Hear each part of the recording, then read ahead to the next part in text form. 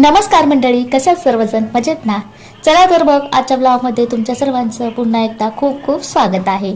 चला, स्वामींच्या नामस्मरणाने आजच्या दिवसाची सुरुवात झालेली आहे आणि आजचा दिवस त्याचा खूप छान जाणार आहे, मला माहितीच आहे. कारण आपण जसे विचार ठेवतो आणि जसा विचार करतो तसंच आपल्या आयुष्यामध्ये घडत असतं, हो की नाही? ती गोष्ट वेगळी आहे जेव्हा आपण विचारही केलेला नसतो, अशा गोष्टी आपल्या आयुष्यामध्ये घडत असतात. मग त्यामध्ये काही पॉझिटिव्हही असतात, निगेटिव्हही असतात, आनंदाच्या गोष्टी असतात आणि थोड्याशा दुःखाच्या गोष्टी देखील असतात. तर चला, हे आपलं आयुष्य म्हटल्यानंतर या सगळ्या गोष्टी होतच राहतात, हो की नाही? कारण दिवस उजाडला म्हटला की आजच्या दिवसात काय काय घडामोडी घडणार हे आपल्याला माहिती नसतंच ना.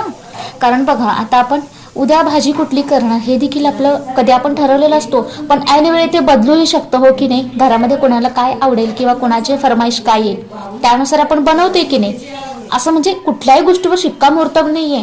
जसं आपलं मन वळेल, जशी आपली परिस्थिती आपल्याला करायला भाग पडेल किंवा आपली वेळ जशी ठरवेल तसं आपण करत जात असतो आणि तसे आपले गोष्टी घडत असतात. तर चला तर मी नाही, सकाळी उठल्याबरोबर सगळ्यात आधी अंथरूण वगैरे काढते, आवरते. त्यानंतर मग फ्रेश व्हायच्या आधी आपण देवघराकडे जात नाही, तर दुरूनच देवाचा नमस्कार करायचा आणि आजच्या दिवसाला सुरुवात करायची. तर खूप छान असं प्रसन्न वाटतं देवघराकडे बघितले की. देवाचं नाव घेऊन जरी आपण दिवसाला सुरुवात केली तरी आपलं बघा छान वाटतं, असं एक पॉझिटिव्हिटी येते, एनर्जी येते आणि दिवस कसा छान होतो. रोजचं आपल्या काही ना काही घरामध्ये कुरबुरी होत असतात, घडामोडी घडत असतात आणि त्यामुळे आपला मूड कसा कधी ऑफ असतो, कधी हॅप्पी असतो. आणि असं कुणाकुणाच्या घरात घडतं नक्की मला सांगायचं कमेंटमध्ये, अगदी खरं खरं. तर दिवसात सुरुवात झाली की काही ना काही खटके उडतात किंवा असं तू हे कर मी कर असं कामावरून किंवा अशा कुठल्या ना कुठल्या गोष्टीवरून म्हणजे वाद होतात छोटे मोठे, असं काही ना काही होतं.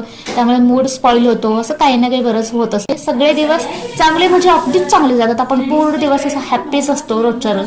आणि कधी कधी ना असं मूड ऑफ किंवा टेन्शनमध्ये, प्रॉब्लेम्समध्ये असे एकामागून एक प्रॉब्लेम्स येत जातात. माझ्या तर आयुष्यामध्ये ना मंडळी, खरंच सांगते, अशा कितीतरी घटना रोज घडत असतात.